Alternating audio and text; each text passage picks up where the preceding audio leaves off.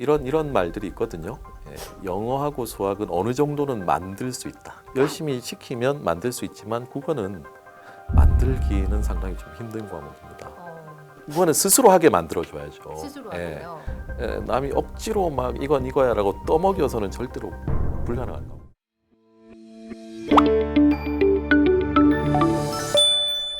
안녕하세요. 엄마들의 교육 고민을 대신 물어봐주는 교육대 기자TV의 저는 조선에듀 방종희 편집장입니다. 국어 영역을 망치면 그날 시험을 모두 망친다는 얘기가 있습니다. 그래서 오늘은 1교시 국어 영역에 대해서 자세하고 낱낱이 살펴보는 시간을 마련해 보도록 하겠습니다. 안녕하세요, 강사님. 안녕하세요. 먼저 교육대 기자TV의 자기소개 좀 부탁드리겠습니다. 예, 반갑습니다. 예, 메가스터디에서 국어 가르치는 김동욱입니다.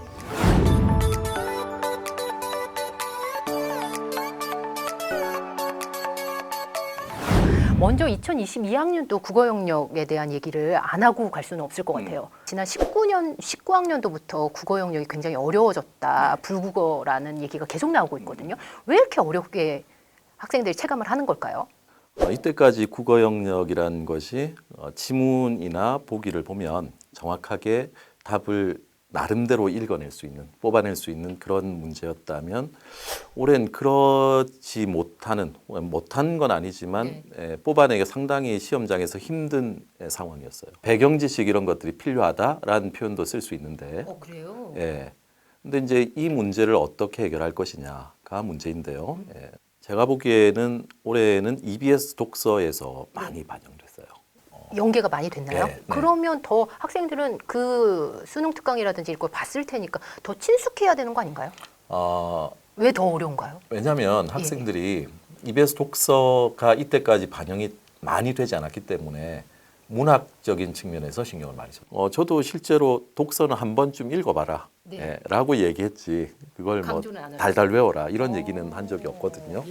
출제진이 조금 바뀐 것 같기도 하고 이게 이렇게 출제한 것이 평가원의 의도인지 이런 말씀 드리기 좀 그렇지만 출제의 미숙인지는 잘 모르겠습니다. 솔직히 국어 영역 자체가 그 당시에 지문을 읽고 사고력, 이해력 이런 걸 묻는 건데 EBS 교재의 지식을 바탕으로 이 지문을 이해하면 훨씬 더 유리하다면 이게 이때까지 국어 영역의 기조를 흔드는 거거든요. 그렇죠. 그런 측면에서 출제의 미숙인지 평가원의 의도인지 둘 다 별로 그렇게 좋은 상황은 아닌데 그래서 국어 가르치는 사람으로서는 조금 아쉬운 측면이 있습니다.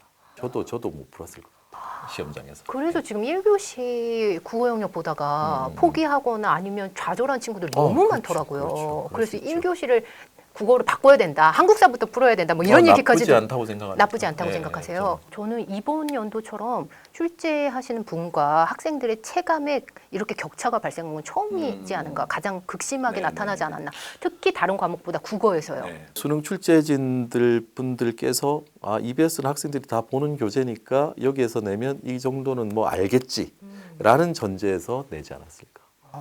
그래서 이번에 이 체감 난도의 간극을 두고 두 가지 분석을 많이들 하시더라고요. 하나는 코로나로 인해서 학업 역량이 학생들이 전체적으로 떨어진 것 같다. 그런 것과 함께 또 하나는 이 친구들이 독해력, 문해력이 전체적으로 떨어진 게 영향을 줬던 것 같다. 특히 비문학에서 굉장히 어려워했으니까 이런 분석을 많이 하시는데 그거에 대해서는 어떤 의견이신지요? 현장에서 가르쳐 봤을 때는 재작년이나 작년이나 애들의 독해력이나 노력의 정도가 절대로 덜하지 않았어요. 덜하지 않았다. 코로나라고 고3 학생들이 그렇게 공부를 안 하는 건 아니거든요. 그래요? 열심히 했을 거고.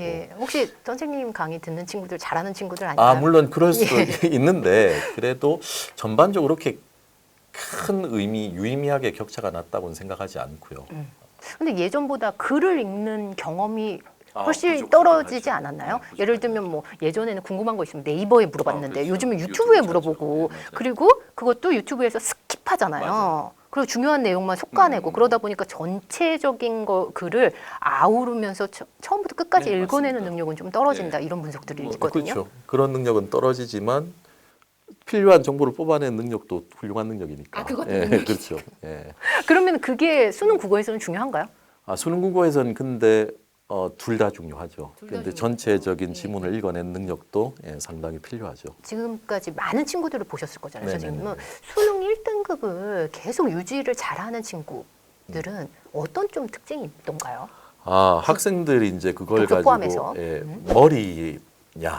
머리냐라고 얘기하죠.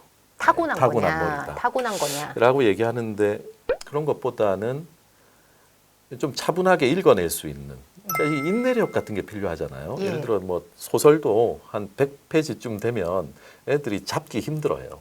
벌써. 예, 그러니까 그런 것들을 좀 차분하게 읽어나가고 한 문장 한 문장 고민하고 네. 할 수 있는 상황과 분위기가 돼야 되는데 네. 애들만 탓할 수 없는 게 지금 분위기가 그런 분위기가 아니잖아요. 예. 부모님들도 예, 계속 그렇죠. 유튜브 보고 예, 계시고. 그리고 뭐 저도 항상 집에 가면 핸드폰하고 하는데 네. 아주 힘든 상황인 것 같아요. 그러면 이게 뒤에 후천적인 노력이 필요하겠네요. 네. 반드시. 근데 이게 이런 분위기를 바람직한 잡는. 방법인지 모르겠으나 네네. 제가 얼마 전에 2주일 전에 이사를 했는데요. 네. 인터넷에 문제가 있어서 인터넷 설치를 아직 못했어요. 예. 그랬더니 책을 보더라고요. 영어가 절대평가가 되고 수학 같은 경우에는 뭐 선행에 대한 부정적인 부분에 대해서 앞으로 국어에 대해서 변별력을 가를 수 있는 부분으로 더 많이 어려워질 네. 거다. 이런 얘기들도 계속 이번 수능 이후에 나오더라고요. 예, 그건 좋은 생각인 것 같은데. 예, 국어를 변별하는 거는. 조금 더 예쁘고 깔끔하게 변별력 테스트 할 수 있지 않을까. 초중중 때 내신 국어 성적은 굉장히 잘 봤다가 네. 고등학교 수능 모의고사 보면서 좌절한 친구들이 맞습니다. 아주 절대 다수인 것 같아요. 요즘 들어 굉장히 많아지는데 수능 국어 영역에서 친구들이 이렇게 무너지는 이유는 뭐로 보세요?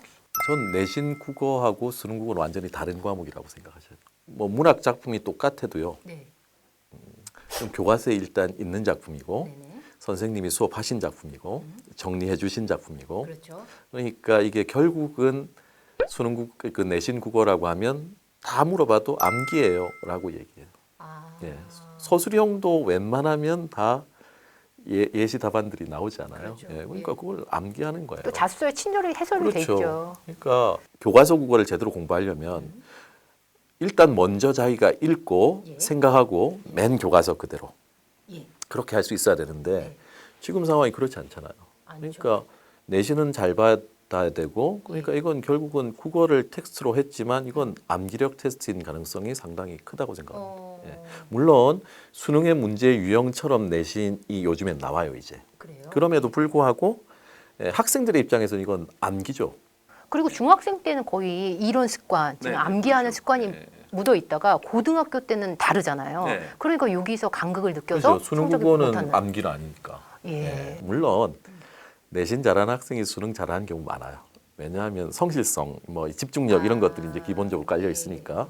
그런데 내신 국어와 수능 국어는 기본적으로는 다른 과목이라고 생각하셔야 될 것 같습니다. 얼마만큼 다를까요? 체감을 할 수 있도록 조금 더 설명을 해주신다면요. 예를 들어서 김소월의 접동새라는 작품이 나왔어요. 네네. 그러면 김소월의 접동새를 학교에서 내신 국어면 선생님께서 가르쳐 주시겠죠.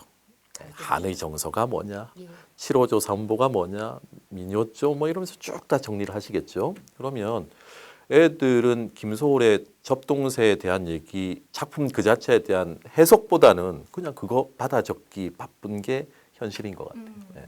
근데 그 작품이 수능에 나와요. 그러면 일단 그 작품에 대한 보기의 대강의 설명이 나옵니다. 어떤 관점에 따라서. 예. 그리고 이 관점을 바탕으로 해서 이 작품을 읽었을 때 답이 나오는 이런 구조가 이제 수능 구조니까 암기하고는 전혀 무관한 거죠. 근데 많은 친구들이 여기서 간과하는 네. 부분들이 있죠. 예전엔 그래도 안 그랬거든요. 한 4, 5년 전에는 내신 국어와 수능 국어가 다른 과목이야. 그리고 고등학교 1, 2학년 때부터 수능 국어 준비를 어느 정도 하고 고3에 올라오는 학생들이 좀 있었어요. 네. 근데 요즘에 아시다시피 내신이 워낙 중요해지다 보니까 중요하죠. 수시가 있다 보니까. 예, 3학년 올라와서 수능 국어를 처음 접하는 학생이 있는 거죠. 예. 그래요? 많습니다. 정말 많아요. 아니 근데 너무 안타까운 거는 수학 같은 경우에는 수학이나 영어 같은 경우는 미리 선행을 엄청 많이 하잖아요. 네, 근데 수능 수학이나 내신 수학은 비슷할 수도 있죠. 네. 영어도 비슷할 수 있지만 네네네. 국어는 공방식 자체가 완전히 다르. 그래서 1, 2학년 때는 내신 위주로만 했다가 고3 때 네, 수능을 이렇게 하려니까 너무 달라. 힘들죠. 국어 영역에 대해서는 그냥 나중에 하면 되겠지 밀어놨다가 그때 이제 하려고 하면 안 되는 친구들 굉장히 많잖아요. 늦습니다. 그리고 한다 하더라도 딴 과목을 하더라도 머리로 생각하면서 하는 공부 습관을 들이는 애들이면 괜찮을 것 같아요. 근데 그냥 주워 먹기 식으로 주워 먹기 식으로 내신 그렇게, 위주로 그렇게 선생님이 다 되는 풀이해 주는 거를 그냥 그렇죠. 외우는 식으로 해서는 절대 풀 수가 없다. 국어 힘들 겁니다. 아, 이런 말들이 있거든요. 영어하고 수학은 어느 정도는 만들 수 있다. 열심히 시키면 만들 수 있지만 국어는 만들기는 상당히 좀 힘든 과목입니다. 국어는 스스로 하게 만들어줘야죠. 스스로 예. 하게요. 남이 억지로 막 이건 이거야라고 떠먹여서는 절대로 불가능한 과목. 그게 미리 좀 준비를 한다면 언제부터로 좀 초중등 때부터 좀 이렇게 해놓은 친구들이 고등학교 때 조금 더 수월하게 국어를 접할 수 있겠다. 생각하는 게 되게 중요한 것 같아요. 생각하는 게 책을 읽으면서 어떤 책이든요. 네. 그럼 빨리 읽으면 안 되겠네요.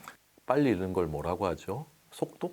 이런 거 되게 부정적으로 보는 입장입니다. 예. 그 뭘 생각하면서 읽어야 될까요, 선생님? 그러니까 이 문장이 뭘 얘기하는 건지 라는 것들을 이해하고 그 다음 문장으로 넘어가고. 자, 이게 음식이에요. 네. 예를 들어서 무라고 해요. 그러면 이걸 삼킬 때 네.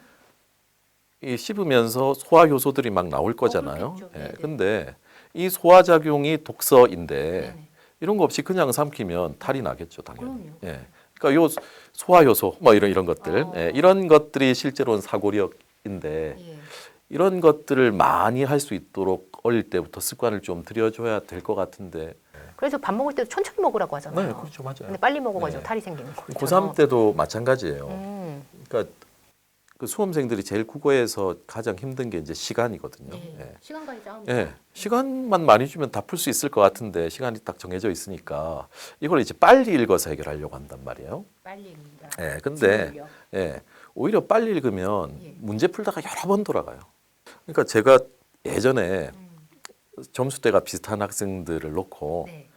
자, 이쪽은 지문을 충분히 읽게 만들고 이쪽은 최대한 습관대로 평소에 네. 지문을 빨리 읽는 애들과 그리고 나서 테스트를 해보면 이쪽 학생들이 점수가 훨씬 더 높아요. 그렇게 생각하잖아요. 그렇게 지문을 길게 오랜 시간 읽으면 네. 시간 못 맞춘다. 그러니까 그게 많은 잘못돼. 학생들이 가지고 있는 착각이죠. 오. 대강 화제어만 탁탁 찾아서 그렇죠. 관계만 파악해서 읽는 게 실제로 수능에서 큰 도움이 되지는 않을 거다. 공부의 방식이 크게 세 가지로 나눌 수 있을 것 같아요. 예습, 복습, 수업 시간 이렇게 네. 따졌을 때 선생님께서 강조하는 이 예습이죠. 부분이 예습. 예습이신 것 같더라고요. 예습이 왜 필요하다고 보시는지요? 주체적으로 공부할 수 있는 시간은 예습이에요. 근데 국어 영역에서 예습하는 친구들 거의 못 본 것 같아요. 모든 과목에서 예습이 제일 중요한 것 같습니다. 예습이요? 모든 과목에서. 국어를 어떻게 예습할 수 있을까요, 선생님? 문학 수업을 받는데 거의 대부분 먼저 읽고 들어가는 학생은 거의 없을걸요. 그러니까 먼저 작품을 읽고 문학 같은 경우에 이게 이런 작품이겠구나. 혹은 주제가 이렇겠구나. 혹은 문학 소설이면 얘 성격이 이러네. 란 것 정도만 생각하는 것도 아주 큰 도움이 될 텐데. 대부분 공부하는 패턴이 선생님이 알려주시면 바로 적죠. 그죠. 필기를 열심히 하고 필기한 내용을 집에 가서 복습하고 그렇죠. 그다음에 문제 풀고 이런 패턴이잖아요. 그건 자기가 푼 게 아니잖아요. 그러면 선생님 어떤 방식이어야 되나요? 제 경험이 하나 있는데요. 네. 왜 중학교 6반이 있으면 이 선생님은 1, 2, 3반 들어가시고 다른 선생님은 이제 다른 반 들어가시고 나눠서 하시죠. 제가 3반이었나 이랬는데 여기 이제 나이가 지긋하신 국어 선생님이 들어오셨어요. 네. 이제 뒤에 반 국어 선생님 되게 젊으신 분이었는데 뒤에 반 국어 선생님은 막 밑줄 긋고 받아 적게 만들고 밑줄짝? 시험도 거기서 출제하는 것 같고 근데 그 선생님이 수업 방식이 이러셨어요. 네. 일단 글을 읽어라. 논설문이 있으면 예. 일단 한 10분 정도 주시고 글을 쭉 읽어라. 그다음에 문단을 가지고 옆에 한 문단 읽고 옆에다가 네 힘으로 정리를 해봐라. 이거였어요. 근데 그 당시에 제 입장에서 시험 나올 걸 가르쳐 주세요, 선생님. 맞아요.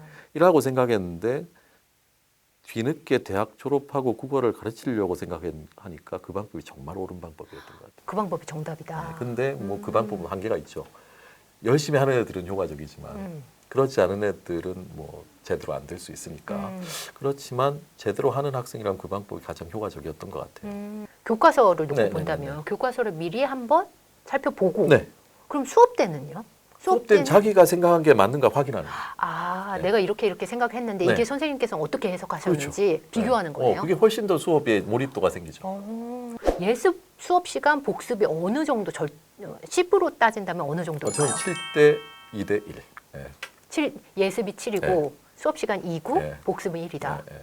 국어더러 도구 과목이라고 하잖아요. 그래서 네. 이게 안 돼서 수학 문제가 뭐 10줄 안 이렇게 읽히죠. 안 맞아요. 읽히고 안 읽히죠. 영어도 네, 맞아요. 영어는 그냥 읽었는데 이게 한국말로 이해가 안 되는 친구들 너무 그죠. 많아요. 네, 맞아요. 그죠? 네, 그렇죠. 이건 왜 그럴까요? 이건 책 안 읽어서 그런가요? 그 문장이 적혀 있으면 이게 무슨 말일까라고 생각하고 네. 넘어가는 습관들이 잘 안 돼 있는 거죠. 겨울방학이잖아요. 중3 네네네, 겨울방학. 네네네. 딱 선생님 자녀분이 네네네네. 해당되는 고등학교 입학 전에 이걸 좀 알아두면 수능 국어 영역 음. 낭패를 안 본다. 이런 부분 있을까요? 국어라는 과목이 이거다. 그러니까 정확하게 읽어내면 풀 수 있는 과목이다. 예. 그러니까 기본적으로 제일 처음에 닥치면요. 지문 자체가 너무 난해하고 뭐 자기 인생하고 전혀 무관한 내용 같고 무관하죠. 뭐 이상한 기술 지문 나오고 네네. 그러니까 일단 거부감부터 드는 거예요. 맞아요. 네, 그리고 많이 읽어보지 않았으니까 흥미도 없고 네. 근데 초반에 너무 그런 부담감 가지지 말고 네네. 한 지문이라도 좀 차분하게 고개 끄덕이면서 반응하면서 그렇게 읽어 나가는 훈련을 하면 3월 달에 시간이 없어서 한 뭐 세네 지문을 못 푼다 하더라도 푼 것만이라도 잘 맞추면 그렇게 재미를 들여 나가다 보면 조금씩 이제 늘어날 거다. 예전 강의 중에 선생님께서 그 지문과 대화하듯이 그죠? 지문을 봐야 네, 된다 네, 이런 네. 말씀하시더라고요. 네, 네. 그 말씀이신 것 같아요. 그렇죠. 네가 이런 말을 했다고 아, 그 말이 맞는 것 같아 좋아. 그러면 그 주장의 근거는 뭐야? 그렇구나. 그럼 이런 문제들이 있을 수 있지 않나? 라는 식의 생각들을 하면서 읽거나. 그러면 예를 들어줘야 될 거 아니야. 예를 들어서. 그럼 얘가 나올 거고. 네. 이건 납득이 안 되는데? 라고 하면 그걸 납득시키는 내용이 나올 거고. 네. 이게 집중력이고 이렇게 해야 글이 읽히는 건데 맞아요. 그냥 읽는 거죠. 그냥 읽는 거죠. 사고의 흐름 없이 그냥 정보 찾기로. 제일 안타깝습니다. 지문 분석을 어떻게 해야 될까요? 지문 분석의 방법이라는 게 있을 수 있을 텐데 네. 저는 일단 명쾌하게 간명하게 얘기하면 네. 이해 안 되는 건 넘어가지 마. 다 이해가 돼야 되네요. 네. 그 나온 지문에 있는 이렇게 긴 텍스트도요? 그걸 이해해야 1등급을 받죠. 대기자 TV